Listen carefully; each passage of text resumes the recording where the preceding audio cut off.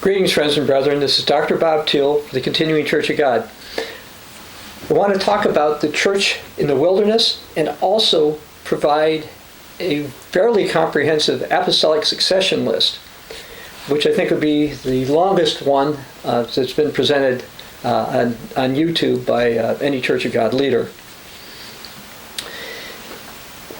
Our previous sermon that we did, we talked about laying on of hands succession, and I'm not going to go through all the details on there. But I want to start off today by talking about the church in the wilderness. And this is based upon a couple of different things, history as well as prophecy. If you got your Bible, you might want to start along, go along with it, read along with me. I'm going to go to Revelation chapter 12, starting verse 6. Now, this particular sermon is based a lot on a book that we have free online called Beliefs of the Original Catholic Church, which is available at the ccog.org website. And you can go to the literature tab under books and booklets, and you can find this. Matter of fact, any literature that I hold up today, in terms of books, all books I hold up today would be available at ccog.org. Well, anyway, the reason I mentioned that toward the outset is in that particular book, I have used Roman Catholic and Eastern Orthodox Catholic accepted translations of Scripture. So when I read something, it may not be the same exactly as what your Bible might say, but the concept is still there. So anyway, Revelation chapter 12, verse 6 prophesies, "And the woman fled into the wilderness, where she had a place prepared by God, that there they should feed her 1,260 days." Now this is from the Douay-Rheims translation. Now based on the year for a day principle in scriptures such as Numbers 14:34, or the book of Ezekiel, chapter 4, verses 5 and 6, this has been considered to be a reference for a 1260-year period according to a variety of theological writers. I'd like to start off actually with a quote from John Brain, who wrote back in 1649 in a book that I've read. It says, Revelation 12:6, 1260 days prophetically are 1260 years. So that's from the mid-17th century. I'd like to read something from the 20th century. This is by Herbert W Armstrong. Revelation 12:6, "And the woman, the church, fled into the wilderness." Now we get into the Middle Ages, where she has a place prepared of God that she should feed her there for 1,260 days. That's 1,260 years. Now that particular 1,260 years is not synonymous with 1,260 years of the revival of the ancient Roman Empire. So what Herbert Armstrong says, yes, it's 1,260 years, but it starts not the same time of the revival of the Roman Empire. So he said it starts before that time. Now, in a sense, the true Church of God has been a church in the wilderness throughout the church age because of our relatively small size and about being persecuted. Now, before going further, perhaps I should mention that some within the Roman Catholic Church believe that the woman in Revelation 12:6 is a reference to Jesus' mother Mary. But I'd like to read something in the comments section from the Rheims New Testament. And this is from the Rheims New Testament 1582, under annotations. Chapter 12, verse 6 of Revelation, or Apocalypse as they call it. "The woman fled, the great persecution that the church shall flee from. By enlarging the sense, it also signifies the desolation and affliction that the church suffers and has suffered from time to time in this wilderness of the world by all forerunners and ministers of Antichrist, tyrants, and heretics." So that's from the Rheims New Testament annotation from 1582. Now here's something from a book with an imprimatur by a priest by the name of Kramer, Roman Catholic priest. "The woman of chapter 12 is not the Blessed Virgin Mary. The ancient interpreters, beginning with Hippolytus Methodius, understood this was a figure of the church. Verse 6 relates to the flight of the woman exile. And because this book is called Beliefs of the Original Catholic Church, it's one of the reasons that I go into this, because people did believe Revelation 12:6 was a reference to the church as opposed to Mary.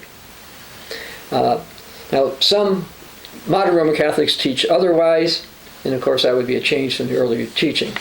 Now, that being said, there is a 1260-year period that various ones believe ran from sometime in the 4th century till the late 16th century or the early to mid 17th century. Or more precisely, some believe that the period of time the church was going to flee into the wilderness started at the time of Emperor Constantine's Council of Nicaea in 325. But because that council's decision didn't require fleeing, it was a bit more open, if you will, ecumenical, or accepting, tolerant, as it that probably wouldn't be it. So more likely, if it happened in Constantine's time, it would have been sometime after 331, where he had his edict against heretics.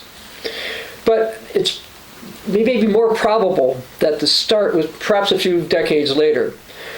Because of actions, intensive persecutings, intolerance, and statements from Emperor Theodosius, a 380 approximately date might be a reasonable starting point for when the 1260 years began.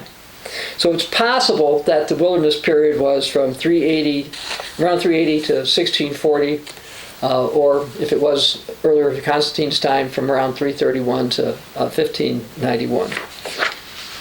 Now, accurate information during that period is difficult to come by. Yet we know that during this wilderness period, groups who had ties with the true Church of God claimed apostolic succession and seemingly possessed lists of leaders that we don't have access to anymore. And I do intend to show a list later. Now, I will comment, there's many sources that back up this view. Even the Catholic Encyclopedia admits that early succession from one of the wilderness groups was only a probable conclusion. So there is acceptance that there were other groups. So I'm going to go through a bunch of quotes from various historians and theological writers about different people or groups, if you will, during this 1260-year wilderness period, and to see some of what they have to say. For example, I mentioned Catholic Encyclopedia. Let me read something from their article there on the Cathari. It says, Cathari, from the Greek katharos, pure. To their geographical distribution, they own the names of Albigenses, from Albi. The designations Paulincini point to their probable Oriental origin. When they say Oriental origin, that doesn't mean the Catholic Encyclopedia isn't referring to China or Japan or Korea or Vietnam, that part of the Orient.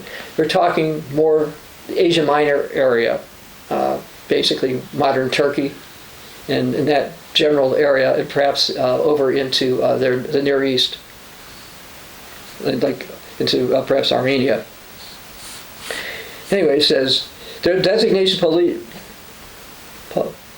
Pauliciani point to their probable Oriental origin. However attractive it may be to trace the origin of the Cathari to the first centuries of Christianity, and we believe it is attractive to trace their origin to the first century of Christianity, we must be cautious not to accept as a certain historical fact what, up to present, is only a probable conclusion. You understand what the Roman Catholics just said? They said, maybe we shouldn't accept this as a historical fact. It only seems to be a probable conclusion. Well, we in the Continuing Church of God believe it has to be a fact. It's a fact because Jesus said in Matthew 16, verse 18, I will build my church and the gates of Hades will not prevail against it. In other words, Jesus said his church would never die out. So the true church did not die out, went from the time of the apostles to present. That is a biblical fact. If you don't believe the Bible, then you don't care. But if you do believe the Bible, then you know there must have been a connection to the beginning. Now, let me read something from Gibbons. Paulicians, a succession of teachers and congregations repeatedly arose. So he said there was a succession of leaders. So they didn't just pop up. Now I want to read something from the old Ambassador College Bible Correspondence course, Lesson 50, 1968. The Paulicians claim to be the universal and apostolic church. Claim to be the holy universal and apostolic church. And the word universal there could also be Catholic. So the Paulicians claim to be the holy Catholic and apostolic church, founded by Jesus Christ and his apostles. They taught that the church is not a building, not just an organization, but an organism, a body of truly converted baptized persons, which has continued unbroken with apostolic tradition from its beginning. Jesus Christ was and is the head of the church. The succession of ministers thus begun by the hands of Jesus Christ remained unbroken in the true church through all ages. So the old Worldwide Church of God knew that, but did not restore a list on it, and I'll get to that later. Now, I mentioned Gibbon, and I mentioned Catholic Encyclopedia. I want to read something from the Catholic Encyclopedia article on the Paulicians. Since Gibbon, the Paulicians have often been described as a survival of early and pure Christianity, godly folk who clung to the Gospels, rejecting later superstitions, who were grossly calumniated by their opponents. Paulicians practically disappear from history, but they left traces of their heresy. Now they're calling having the original faith heresy. In Bulgaria, the Bogomil sect, which lasted through the Middle Ages and spread to the West in the form of Cathari, Albigenses, and other Manichaean heresies, is a continuation of Paulicianism. In Armenia, too, similar sects derived from them continue to our own time. So Catholic Encyclopedia again is admitting that there were groups that had ties and had a succession of leaders. But most people don't know that. Now here's a report from Dean Blackwell, who was an evangelist in the Worldwide Church of God. He says the Bogomils, and he was quoting somebody else here, they believe their own ministers were the true spiritual successors of the apostles. Then he says, much has been said about the origin of the Waldenses. The Waldenses claimed that they had an uninterrupted succession of bishops from the time of the apostles, and they're probably correct in that claim. Jones then quotes Peter Alex, History of the Churches of Piedmont. In his church, History of the Church of Piedmont, Alex mentions the church as the Church of God. It will be observed that the people called them Waldenses. So Dean Blackwell says, hey, they called themselves Church of God. They declared themselves to have apostolic succession and have apostolic authority. Even their ministers have been ordained in an unbroken chain since the apostles. This is some claim, but it is true, wrote Dean Blackwell. Now I go to a non-Church of God source. Benham wrote, rejecting, therefore, on the appointment of ministers, they were desirous of obtaining in all faithfulness that which they believed to be the alone truly authorized succession of Christ's genuine priesthood. And they practiced a true Christian life in the midst of trials from poverty, having among them the rightly appointed and untainted apostolic succession. Being scattered abroad in various countries, they came at last to us, particularly to Austria, and often held their meetings there. Yet they supported amongst them the true apostolic succession of ministers and bishops. After the aforesaid manner of appointment, without break, down to the year 1450, about which time there was a separation of the Bohemian Brethren. And as the Waldenses, already mentioned, affirmed that they had legitimate bishops and an uninterrupted legitimate succession from the apostles downwards, the brethren sent them 3 ministers from their own unity. So another report. Now here's from Christian Edwardson, Facts of Faith, 1943. We shall now briefly trace the apostolic Christian Sabbath-keepers from Antioch to Syria, which is from Antioch in Syria, When the Portuguese Roman Catholics came to Malabar, India in 1503, they found that these Hindu Christians, they weren't Hindu Christians, they were Indians, maintained the order and discipline of a regular church under episcopal jurisdiction, and that for 1,300 years past they had enjoyed a succession of bishops appointed by the Patriarch of Antioch. We, said they, are the true faith. Whatever you from the West may be, we came from the place the followers of Christ were first called Christians. So in other words, in India, in 1503, when Roman Catholic missionaries showed up, they saw people profess Christ who didn't have their practices and said that they had succession from the Patriarch in Antioch, which probably would have been Serapion of Antioch, maybe Lucian of Antioch, which were Church of God leaders, those Church of God leaders did not end up with the same changed doctrines that the Greco-Roman Catholics ended up with. Now here's something from the proceedings of the New York State Historical Association. The Waldenses, their own historians, assert that the community has remained from apostolic times independent of the Church of Rome, and they boast they can show a regular apostolic succession of bishops from the earliest period of Christianity to that of the Reformation. Now I'd like to read something regarding the Moravian Church. Now the Moravians, part of the Moravians were Sabbath-keepers, Anabaptist Sabbath-keepers in the 1500s. Anyway, furthermore, each of our churches has bishops ordained in historic succession. We affirm the local adaptation of the ministry of bishops through the tremendous faithfulness that the Moravian Church has demonstrated in maintaining a succession of bishops which they originally understood to be of apostolic origin.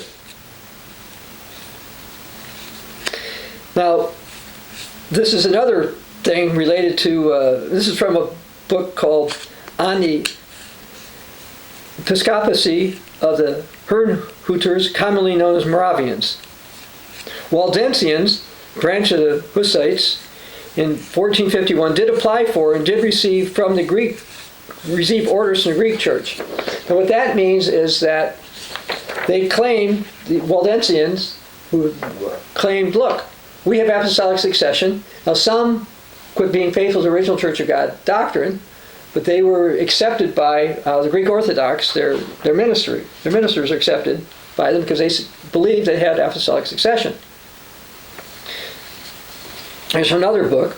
The Moravian Church are a branch of the Greek Church and have preserved episcopal succession of bishops or pastors. It appears this is a branch of the Greek Church which has preserved episcopal succession with care and circumspection.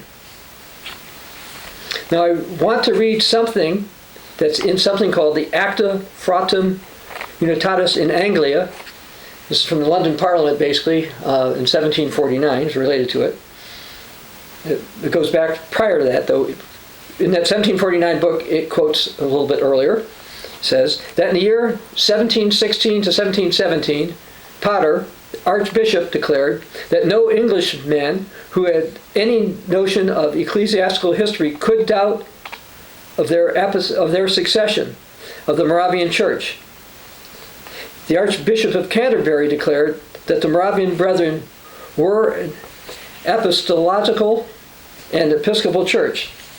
So this is part, basically, of what happened with the British Parliament in 1749. They accepted that there was succession there. Now, Dr. Atwood, who I've had communication with, wrote in his book, the claim of apostolic succession through the Waldensians did help the Moravian Church to be recognized by the Parliament of England in 1749. Now, I'd like to read something from Johnson's Universal Encyclopedia. So why are you reading this? Because there are all kinds of historical records that, yes, there were groups who had apostolic succession, claimed apostolic succession. It's considered a probable conclusion by the Roman Catholics. It was accepted by the Greek Orthodox Church. It was accepted by the British Parliament. So when later in this sermon, I hold up a succession list don't think that no such thing could have ever existed. So anyway, Johnson's Universal Encyclopedia says, Sabbatarians, they hold there's always been an unbroken chain for men who have kept the seventh day of the week. So yes, Sabbatarians claim we did not just pop up in this century, that century, or the other century. We've had uninterrupted, unbroken chain, laying out of hands, apostolic succession from Apostle Peter to present. Now here's something from the Encyclopedia of Religion from 1922. Waldensians pushed back their beginning to the age of primitive Christianity. Thus they deny that they first appeared as a set of heretics breaking off from the historical church, and claim to have preserved the purity of the faith through the ages, while all the rest of the church was degenerating and accumulating the corruptions which they protested from the first. Claims to apostolic origin. This claim is first met with in a Dominican monk at Passau in the year 1316, who states the Waldensians are the most ancient of all the sects, some even saying this sect duravit tempore patrum, translated into English means lasted from the time of the fathers.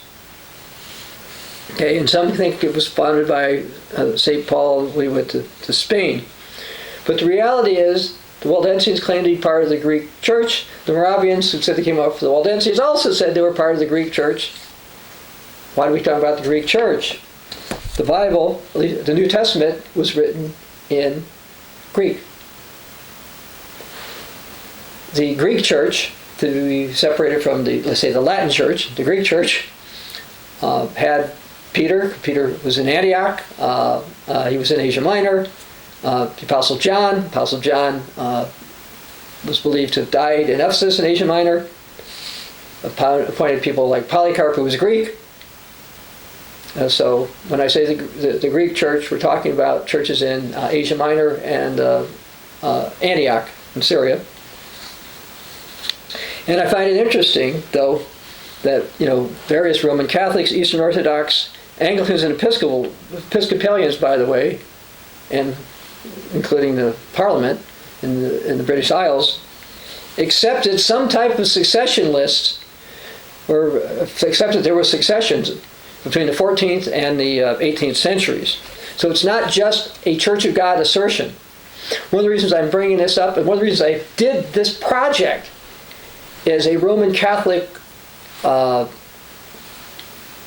news source person, we'll say she's a journalist, questioned the continuing Church of God, saying that we were just another Protestant sect because we just sprung up in the 21st century, or perhaps through the 20th century, or perhaps the Millerite movement in the 19th century.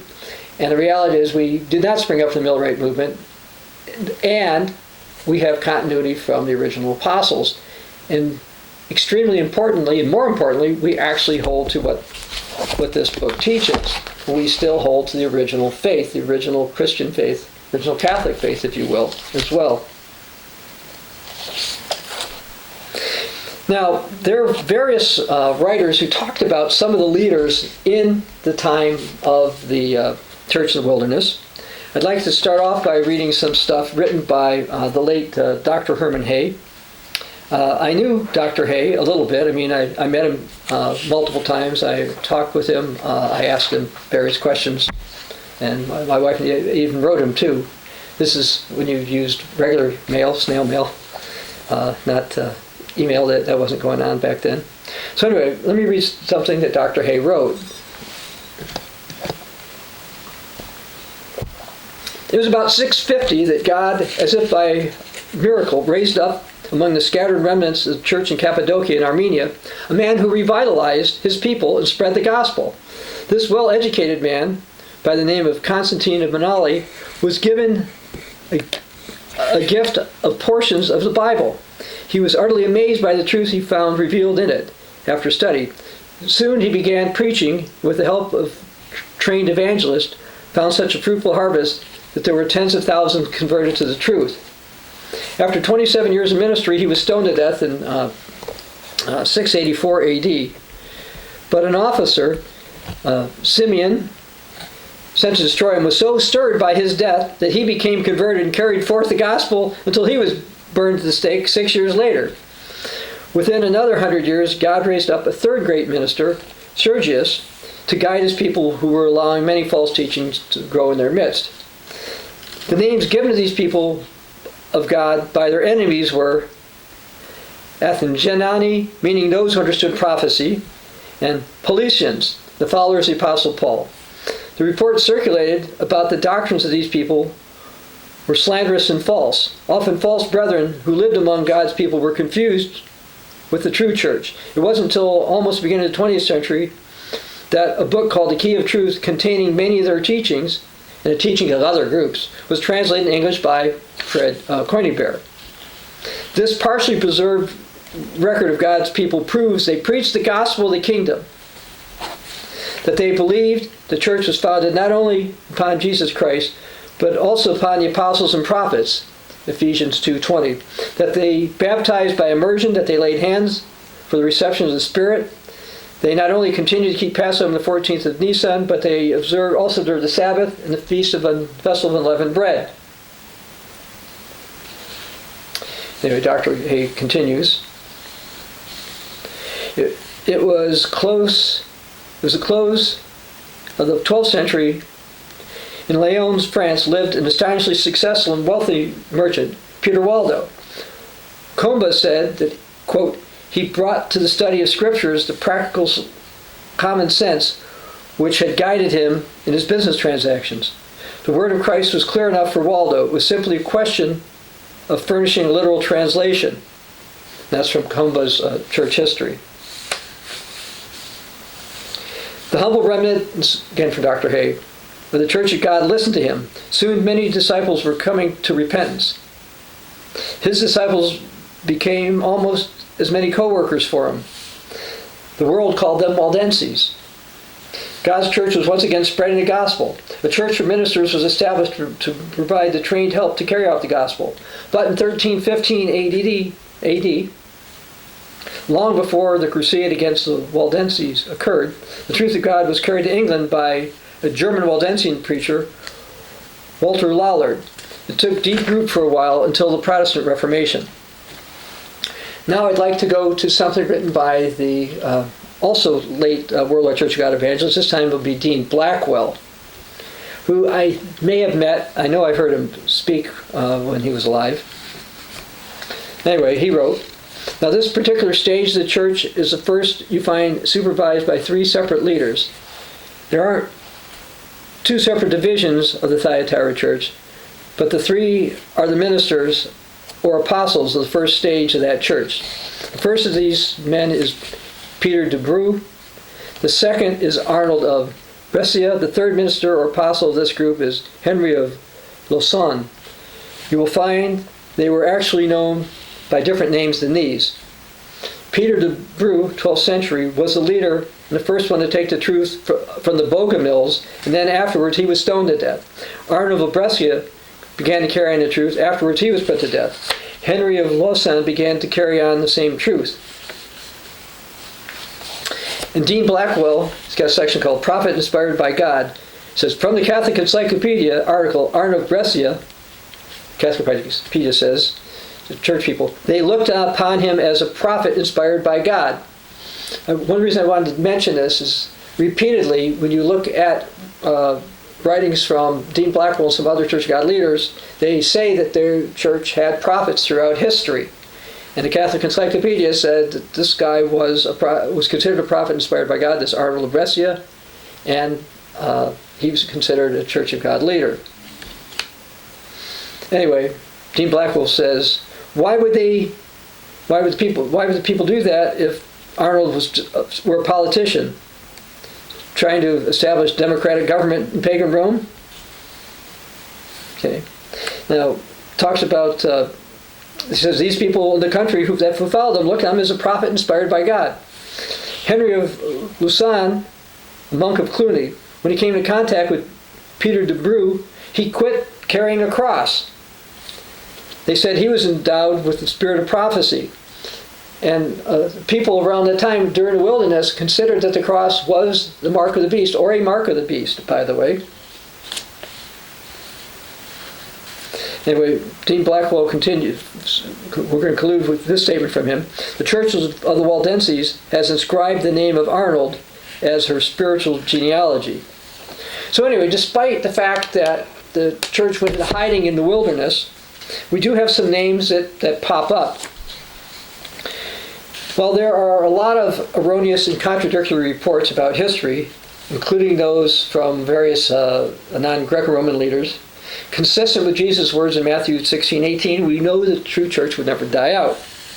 What about the size of the true church? You don't have to go there, but in Luke 12:32, Jesus said, "Fear not, little flock, for it has pleased your Father to give them the kingdom." That was from a Roman Catholic translation, or from an Eastern Orthodox translation. "Do not be afraid, little flock, for your Father has been pleased to give you the kingdom." Now I'm going to go to Romans 8.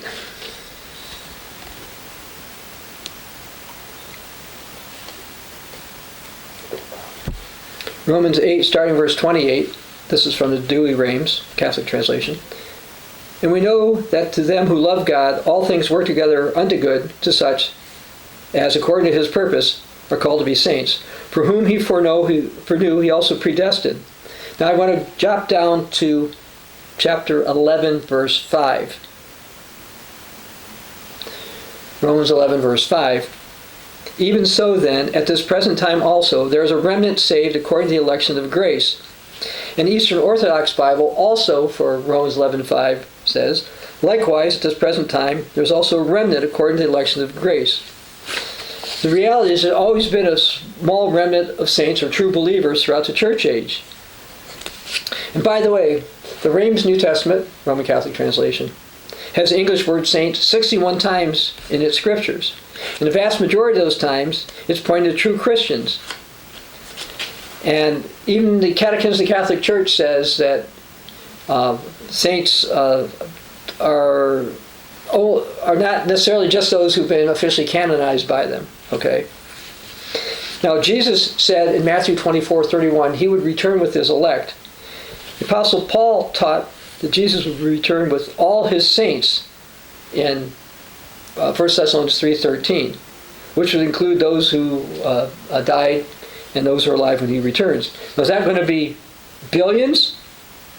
No, let's go to the book of Jude.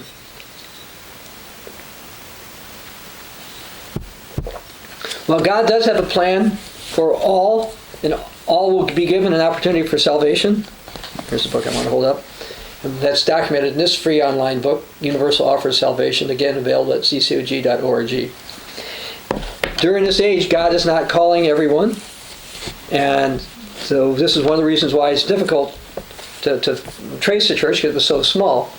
If God may be calling you, and if you're watching this and understanding this and responding to us, God has either called you or is in the process of calling you.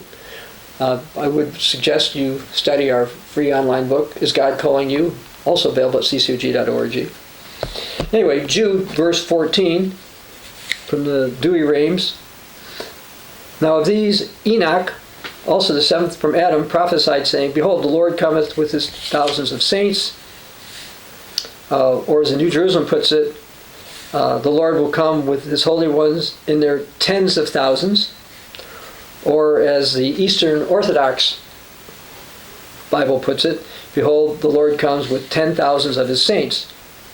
The Bible's pointing about tens of thousands, not tens of millions or tens of billions of saints. And the true church has always been relatively small in the church age, including this wilderness time. Those who believe otherwise have seemingly not understood various passages in the Bible. Now, because of the relatively small size, it does make it more difficult to find records and accurate information about the church in the wilderness. Now, when did the true church emerge from the wilderness? Well, it looks like it was toward the end of the 16th century, or no later than the early or mid 17th century. Now, a similar church in the wilderness view was also the teaching of the old Radio Church of God, according to writing from Dr. Herman Hay.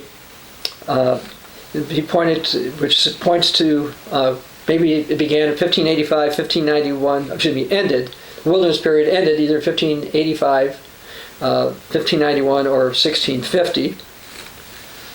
The late evangelist,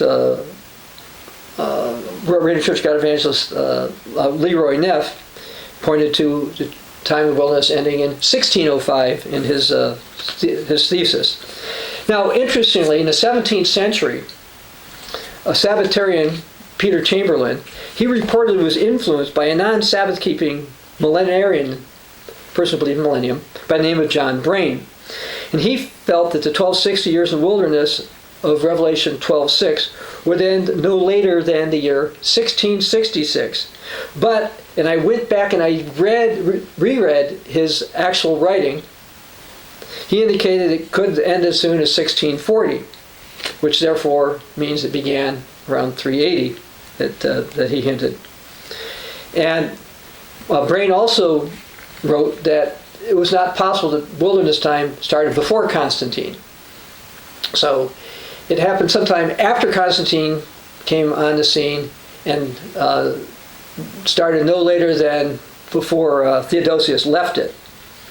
Now I'd like to read something from the 19th century from a non-Church of God researcher named Hislop. He wrote, "The Pope, as he is now, was at the close of the 4th century, as he bears on his head this mitre of Dagon." Prior to the 4th century, the Roman Catholic popes did not have this mitre hat like the priests of Dagon and Mithra used. And it's interesting, when I've been to St. Peter's Basilica in Vatican City, and they show you the heads of people they claim to be popes, prior to that time they weren't wearing those kind of hats.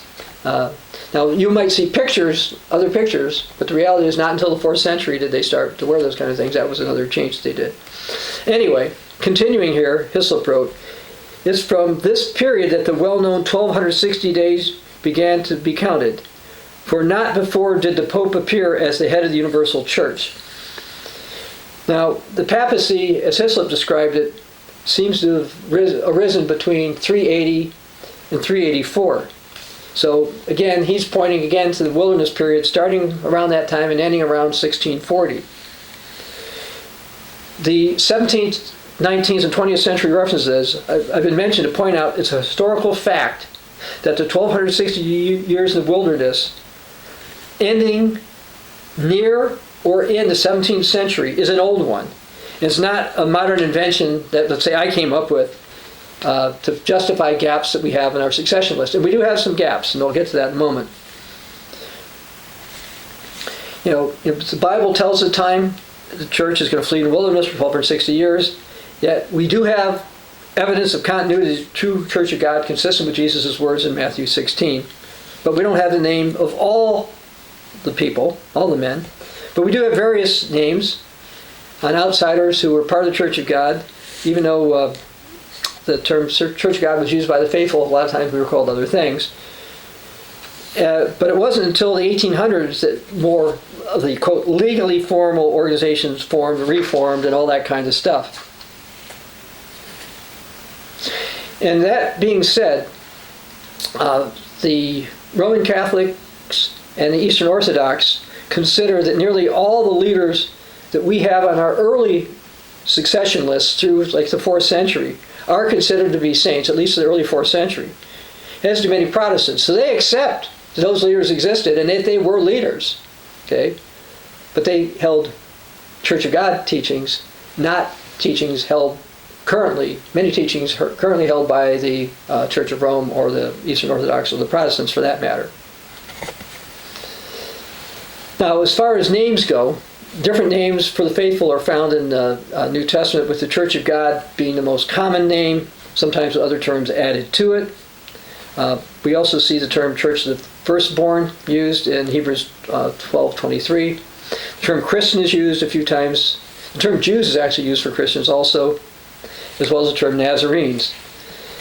Now, regarding more recent succession, we'll see leaders often had different organizational names.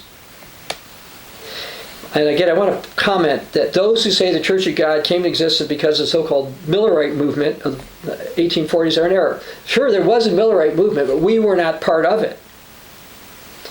the Church of God was never part of the Protestant Millerite movement.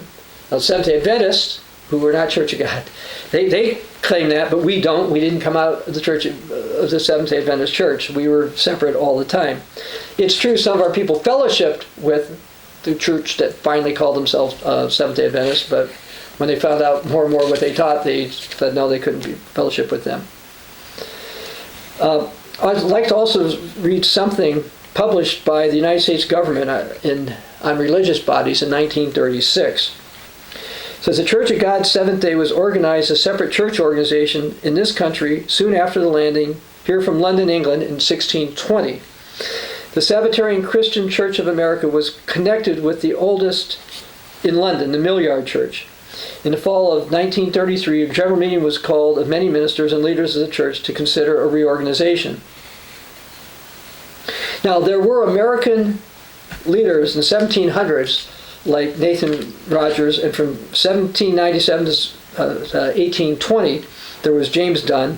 From the 1820s to around 1850, we see Sabbatarian leaders like John Cottrell, and from 1823 to 1850, Peter Davis. This is followed by Sabbatarians like Asabi in the 1870s, and none of these men were Millerites. That's why I was reading you these people.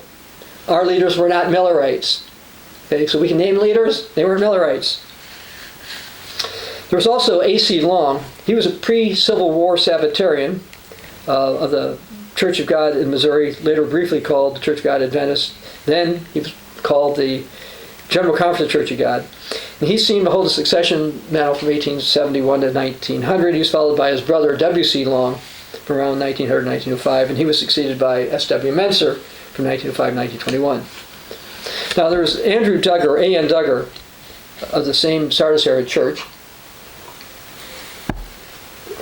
which was renamed Church of God Seventh-day in 1923. He specifically claimed to have the mantle of apostolic succession, and he may have held it from 1921 to 1933. In 1933, that church reorganized, as I read a few minutes ago. It lost the mantle, and that passed to a Philadelphia-era leader by the name of Herbert W Armstrong, who was first part of Church of God Seventh-day, then Radio Church of God, then Worldwide Church of God. And we believe he held that mantle till he died on January 16th, 1986.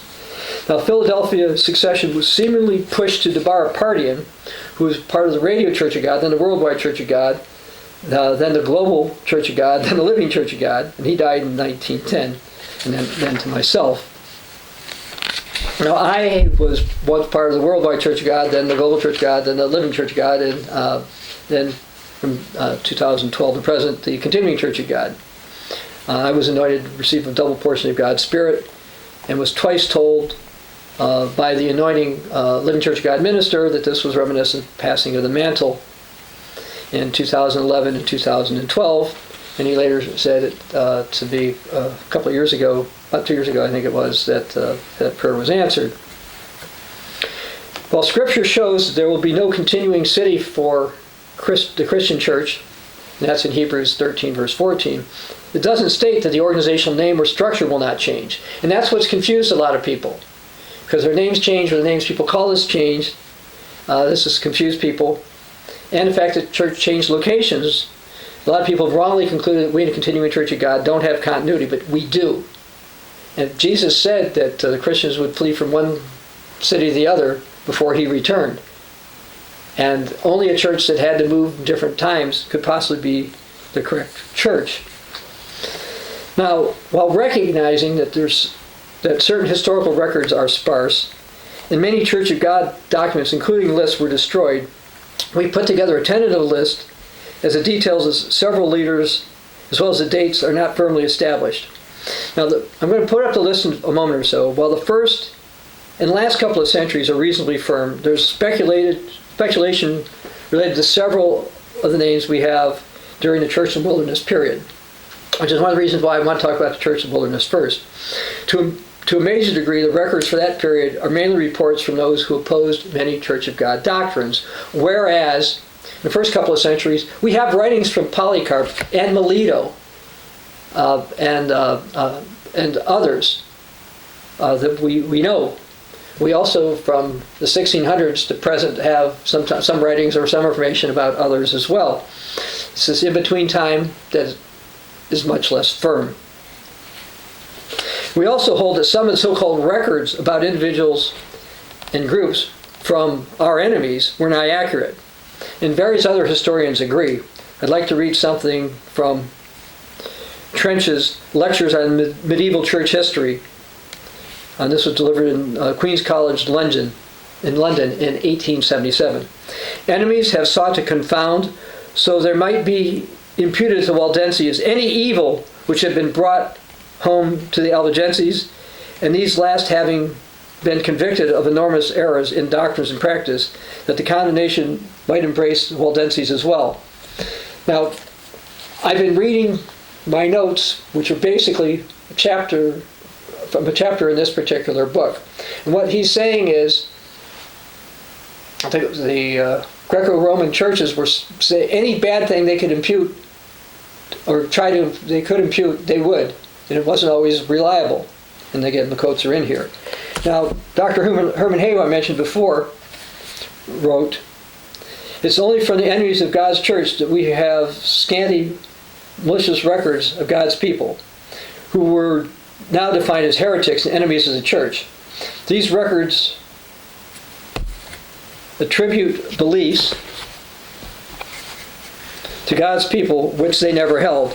And that's one problem with I'm going to hold up. When I hold up this list later, I'm sure people are going to say, look, those people believed in this, they didn't believe in marriage, they didn't believe in this, those kinds of stuff. That's not true. There are records that say all kinds of bad things about church leaders are not true, and Dr. Hay noted that 60, 70 years ago. Heretics in the true church are often called by the same names. For centuries, Roman Catholic writers mentioned small remnants of the true church within the bounds of the Roman Empire. Sometimes they were individuals, sometimes scattered families, and especially in the Near East, there are still a few local congregations preaching the gospel and keeping the commandments. Now, the Near East means places like Asia Minor, Antioch, and all the way to Armenia. Now, to confound means to condemn and confuse, in this case with misinformation. The pagans and the Jews did this related to early Christians. You can see that, for example, in Acts 25, verses 7 to 8. But sadly, that happened to later Christians as well. It happens to us to this day. So it shouldn't become a surprise that less than flattering statements and even claimed doctrinal issues related to true Christian leaders has occurred throughout the church age, and it happens now. That being said, I want to hold up an imperfect list. It's going to include leaders from the times of the apostles, and it may represent a or the top COG leader pastor at the time throughout history, with the understanding that there could be other lists, or at least Sabbath-keeping leaders at the same time, whose teachings seem to suggest that they had laying on of hands succession. So I'm going to hold this list up, and I'm going to try to go through it and make a few comments. And this list, by the way, is also in this book. Okay, but I thought I'd hold it up now as I talk about it. First, you see, we start off with the Apostle Peter. From roughly 31 AD, that would be the day of Pentecost, Acts chapter 2, till Peter's death. No one's totally sure when that was. Might have been 64 to 68. Some people say it was a decade or two later. Anyway, he was followed by the Apostle John. And the Apostle John is followed by Polycarp of Smyrna. Now, I want to make a couple of comments about this. You see there's a little asterisk there, or a footnote, note number 1. So I'll read my note here. Though he had laying on of hands succession, we in the continuing Church of God do recognize that Polycarp may not have had the succession leadership mantle until 135. That someone else in Asia Minor or someone in Jerusalem could have held it from the time of the Apostle John's death until then. Now, one of the reasons we say that is that Polycarp was still fairly young at that stage, or was younger, and people were still kind of looking to Jerusalem. But when the Jerusalem church apostatized in 135, people weren't looking there anymore, and everybody, all the true Christians said, hey, wait, who was ordained by an apostle who's still alive, and that was Polycarp. So we consider that Polycarp was the top leader, at least from 135, but he was in a leadership position from 100. Now, a lot of the dates that I have that follows this here come from basically the Catholic Encyclopedia.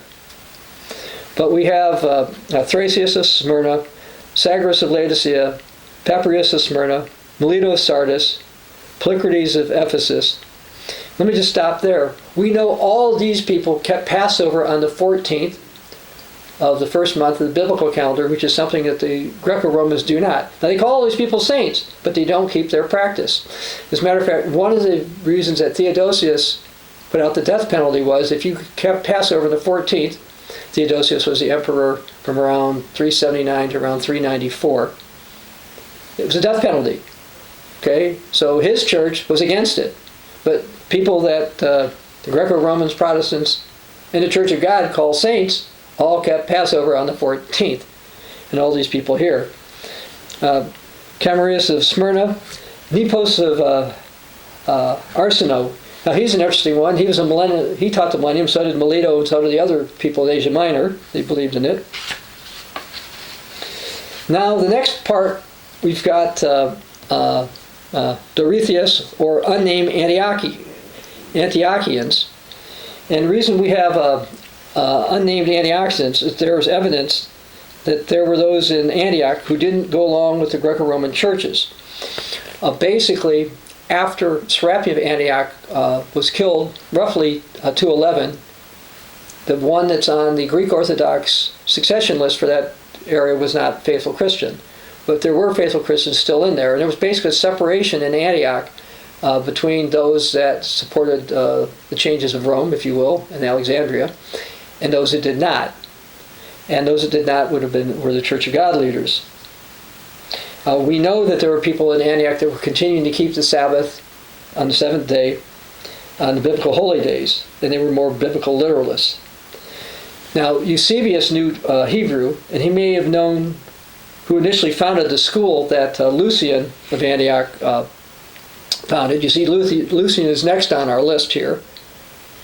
And Lucian was a Sabbatarian. He was a Binitarian. He was a biblical literalist like we in Church of God are. And we know that afterwards, you see unnamed Antiochians. We do not believe that once he was killed, there was nobody else who was faithful. Matter of fact, that can be proven because in later, in the late 4th century, John Chrysostom complained about people keeping the biblical holy days in Antioch. So we know that there were still people doing that there. The reality is we don't have their names. Eusebius didn't keep all the names of certain people, and this has been reported by Roman Catholic scholars. They've noticed that certain things Eusebius didn't tell the rest of us. That's one of the reasons we don't have names before Eusebius died. All right, then afterwards you see unnamed Nazarenes. Now I want to talk about that because we know that there were the Nazarenes because people like Jerome and Epiphanius wrote about them. They said, okay, these Nazarenes, what they did is they kept basically they kept the holy days, they kept believing the millennium. They said the Feast of Tabernacles picked the millennium. They did the Old and New Testament, etc.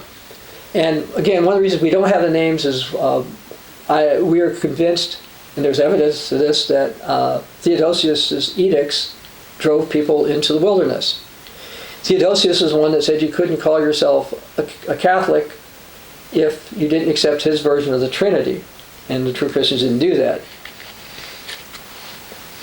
Now, let's see who we have next on the list here. I'm trying to hold up the list while looking at the list below here. Okay. We've got during the wilderness period, we've got faithful leaders would be some minority in groups that were called Nazarenes, Paulicians, Cathari, Waldenses, Anabaptists, and sometimes other names. And I talked about Jerome. I talked about the Key of Truth book because we learn all these things. We hear of early missionaries from Antioch into Ocean of Armenia named Constantine. And so you see him next on this list. You've got Constantine of Antioch and Ocean. It means he came from the Greek area, Antioch, and he went to Ocean, which is in Armenia.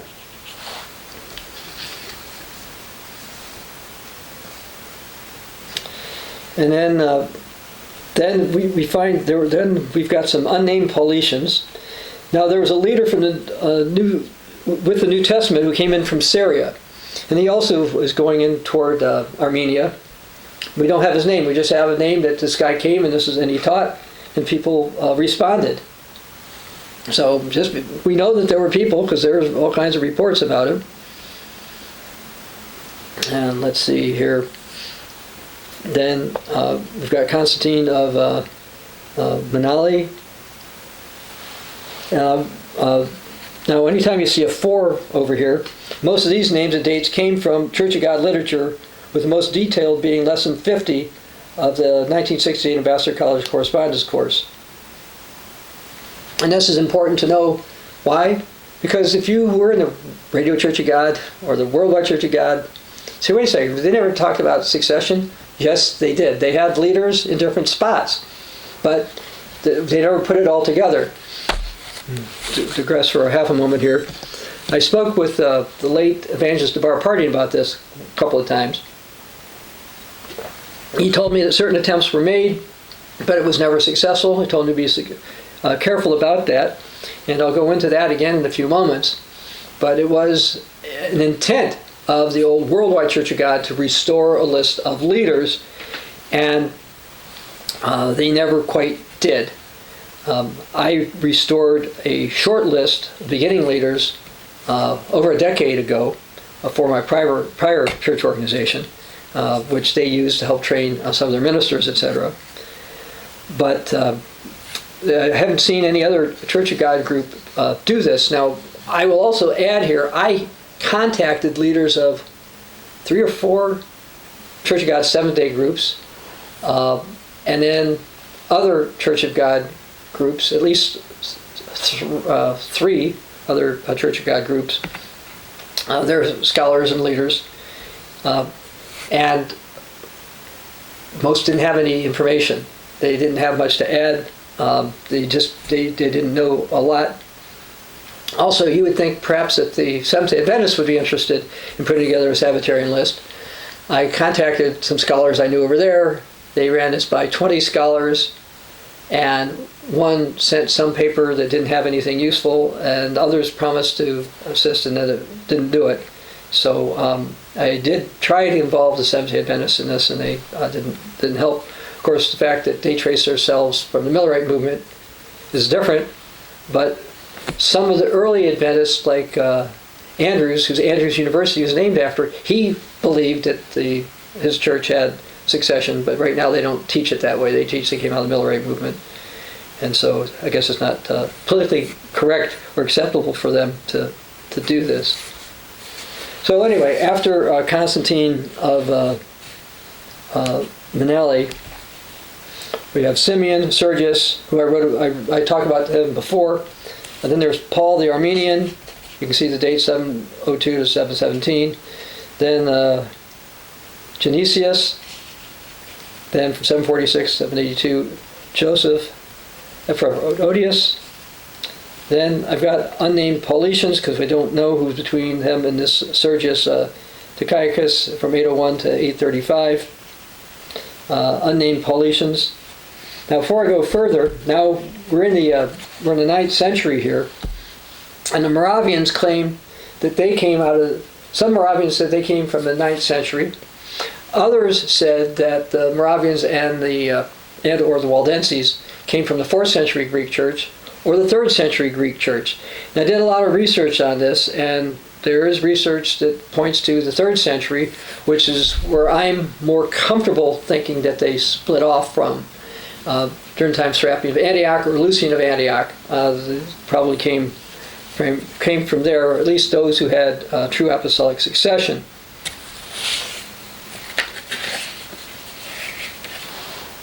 Now, getting back to the list, starting with Basil here, I want to read something from the Oxford Dictionary. I mean, this is where I get some stuff from an article on the Bogomils. Some say Basil preceded Bogomil. Some say that Jeremiah was Bogomil. Others assert Jeremiah was a successor.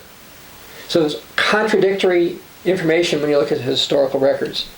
So we've got sketchy information about these men, but one or more we have had succession. For Bogomil himself, we only have a report of an enemy, and we don't believe that source accurately reported all his beliefs. His, as well as Basil's and Jeremiah's personal status as Church of God is not certain, though some of his claimed doctrinal positions were COG, and some who were, as were some of the groups that were called themselves Bogomils or Bogomiles. So let's see where I left off here. Okay, Jeremiah, Basil, Jeremiah, Sergius. Then there's Peter de Breu, I mentioned it before, Arnold of Brescia. Again, these are people that the old Radio Worldwide Church of God taught had succession. Then, when I get to Nicetas from 1156 to 1181, this section mainly comes from Duggar and Dodd's True History of True Religion. There was also a leader named Vergenerius who taught from around 1035 to 1079. But the reason I don't want to have him in the list, he reportedly recanted on 3 different occasions before the Roman authorities. Jesus mentioned those who deny him before men would be denied in Matthew 10:33 and then Luke 12:9. So he's not in that list. But his existence shows that there were people in the Vaudois area with Waldensian beliefs prior to Peter Waldo. Now, we don't consider that Peter Waldo possessed succession until sometime after he rejected the Church of Rome. Plus, we're of the view that he later would have had hands laid on him when he had more understanding, consistent with what happened in Acts 18, verses 24 to 27. And this is also consistent with what happened with various Anabaptist leaders. Now, Nicetas, who is not to be confused with Niketas Stethos of the 11th century, was in France. So we see some French connection here. And there was also Frederick Reiser in the 15th century who taught at least some Church of God doctrines, but he also recanted under pressure, and so he's not on the list. And there are just others who are faithful. We just don't have their names. So I've got this list through here. Peter Waldo, Arnold Hott, Unnamed, Sabbatarian, Waldenses, and all the ones, by the way, Arnold Hott's name actually comes from Bible Correspondence Course, Ambassador College, 1968, Lesson 51. Then we've got Unnamed Sabbatarians. Waldenses. Now I'll go to another list for you. So I talked about Peter the Lollard before, and let's see. Okay, Anthony, let's go to something on William the Lollard. I want to read something. Basically, Dean Blackwell wrote, "Be careful, because there are 2 separate groups that were called Lollards. One group, the followers of John Wycliffe, were called Lollards. Also the followers of Walter Lollard were called Lollard. The monk of Canterbury derives the origin of the word Lollard from Lolium, a tare, as if the Lollards were tares in Christ's vineyard. Abel says the word signifies praising God from the German word Loben, to praise and hear. Lord, because the Lollards employed themselves in traveling from place to place, singing psalms and hymns." But my point that I want to emphasize is, again, because there were different people with the same name, people get confused and say we had certain doctrines that we did not hold.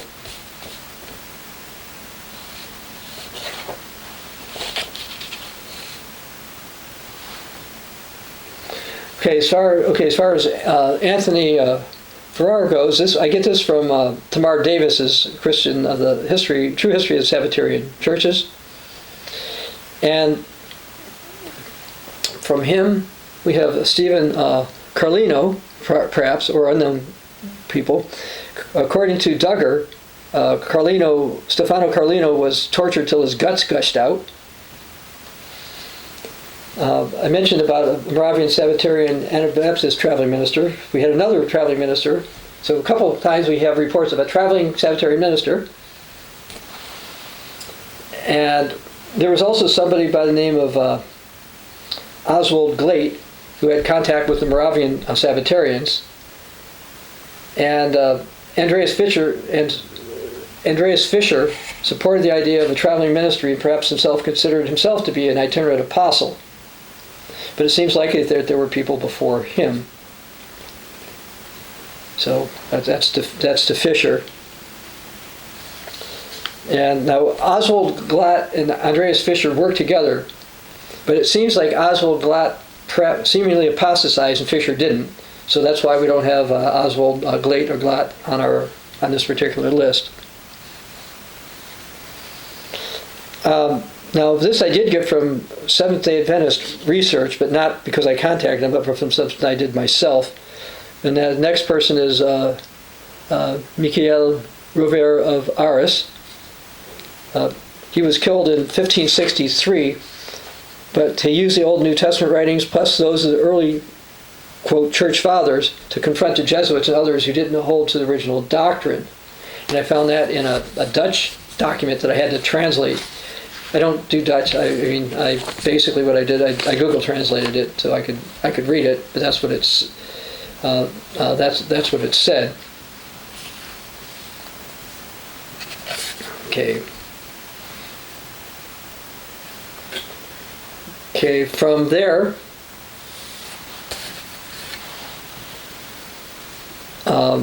we have information from lesson 52 of the Old Ambassador Correspondence course, because now I've got Francis David from there.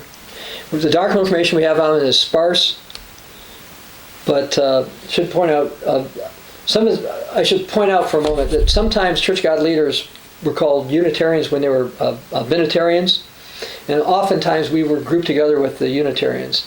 Now, the true Church of God was never strictly Unitarian, but that Arian label was sometimes applied to people on groups in Church of God because we were not Trinitarian. So I wanted to mention that before I went any further. Now, this next part where I've got unnamed Sabbatarian, I want to comment that Christian Franken and Jacob Paleologus were martyred and were public Sabbatarians during that time. But it doesn't seem like they were truly Church of God. It's possible that they may have had Church of God exposure, and maybe they were Church of God, and we have just wrong information about them. So instead of putting them in, I put unnamed, because we know they were Sabbath-keepers at the time, but we don't know what they taught, these particular ones taught. Then we have Andreas Iasi, and this is going into like the Transylvania area. Simon Pesci. Now we're going into England. Now most of what I'm going to have, this list comes from the Seventh-day Baptists in Europe, but I also found a book by Dr. Ball on Seventh-day Men. And this is important because one mistake I've seen, and it's not that I have not possibly made a mistake, I will be the first to admit that I probably made some mistakes when I put this together, is that when I've seen other lists of so-called Church of God leaders from England in the 1600s and later, some of those people, they were Sabbath keepers, but they were not Church of God. And I've tried to distinguish between those. Now the Seventh-day Baptists consider all of them their successors, but the ones who were Church of God did not hold Seventh-day Baptist doctrine. Okay, the Seventh-day Baptists in the early 1600s were basically Calvinists. They ate unclean meat. They didn't keep Passover on the 14th, etc. And they were Trinitarian, and that's different from the Church of God leaders at the same time. So anyway, we have John Traskey,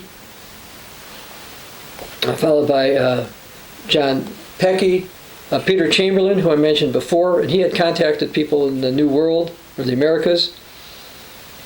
Then James John, then William Soller or Seller. And Soller or Seller, I could see some compromise coming in. I've read some of his writings. Then you've got Henry Sowersby. And then I've got from 1712 or 1716, perhaps to 1743, we have Thomas Lucas. Now, he was still in the British Isles. Sometime in the 1660s, John Maxim and John Crandall embraced the Sabbath. The Seventh-day Baptists don't know how they picked this up. It might have to do, however, with somebody called Mr. Cotton, who Dr. Chamberlain had contact with from England. And there was a tie between the British Sabbatarians and the American Sabbatarians. John Crandall was an elder no later than 1671.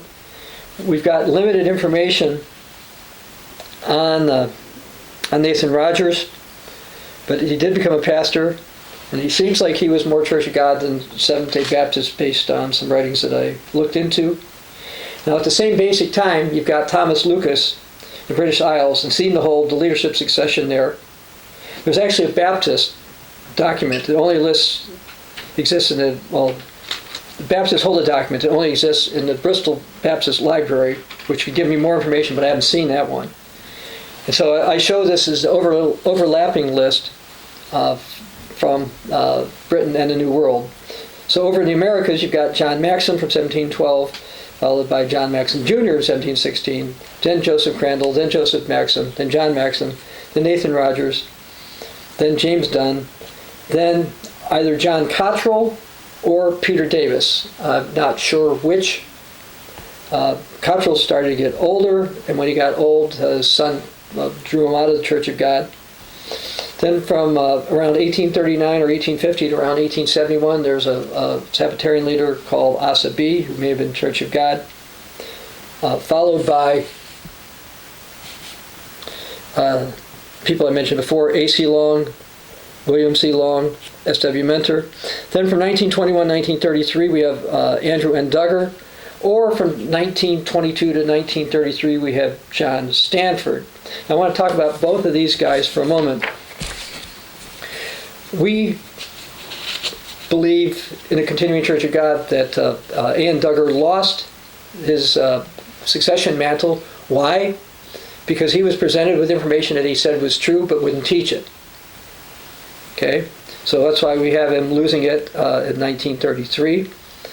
What about John S. Stanford? Now, John S. Stanford was not part of the official Church of God Seventh Day, but he was had some type of affiliation with them, in a sense. And he also kept the holy days. But he had some misunderstandings about prophecy. And because he had misunderstandings about prophecy, he seems to have faded out of history about this time. So anyway, either of them could have had the succession. And this was followed by Herbert W Armstrong from 1933 to 1986. Then from 1986 to 2011, I've got 3 people listed here, and then myself from 2011 to present. Now let me just talk about a couple of things. First, I have spoken to Aaron Dean about this.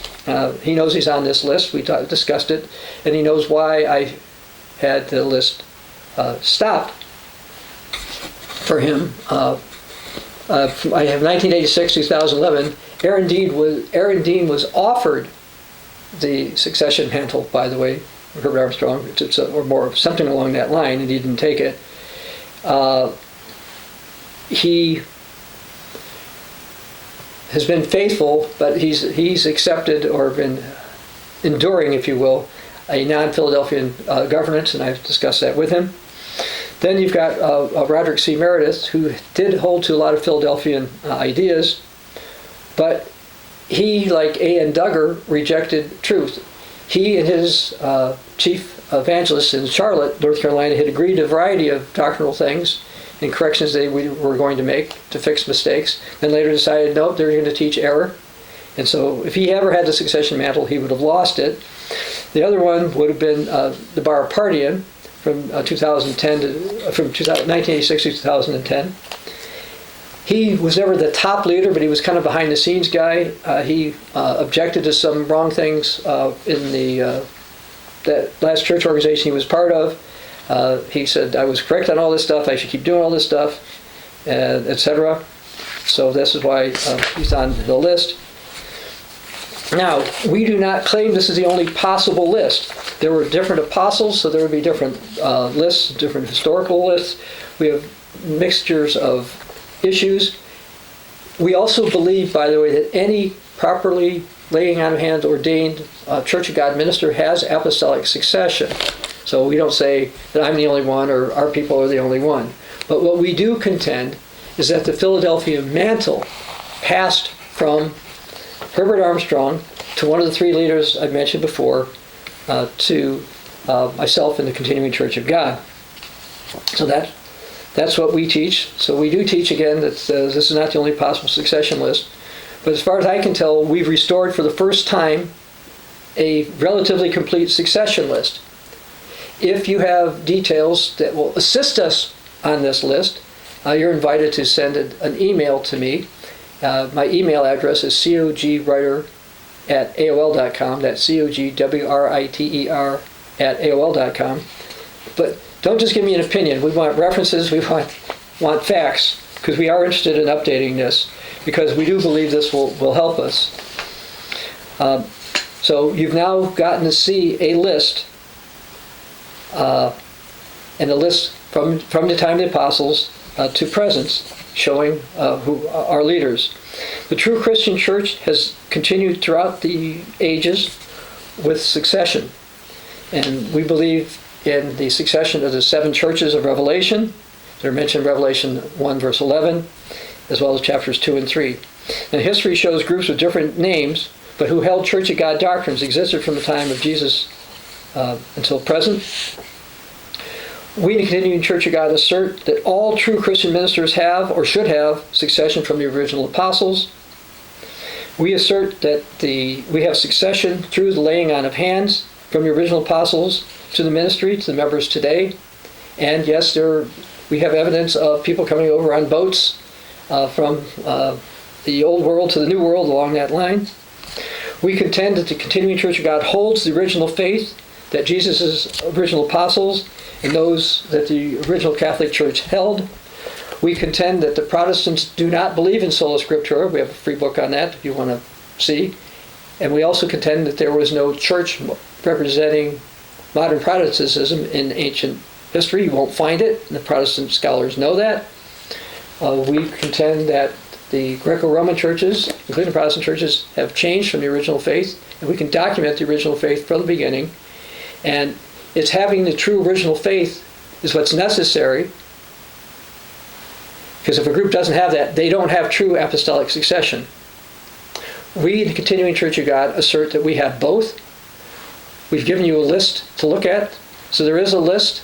Yes, it's a broken list in some parts, but we know from the writings of people like Catholic St. Jerome and other Greco-Roman historians that our people did exist. The fact we don't know what their names were doesn't mean that there were not leaders, because they do have reports that there were leaders in these different groups.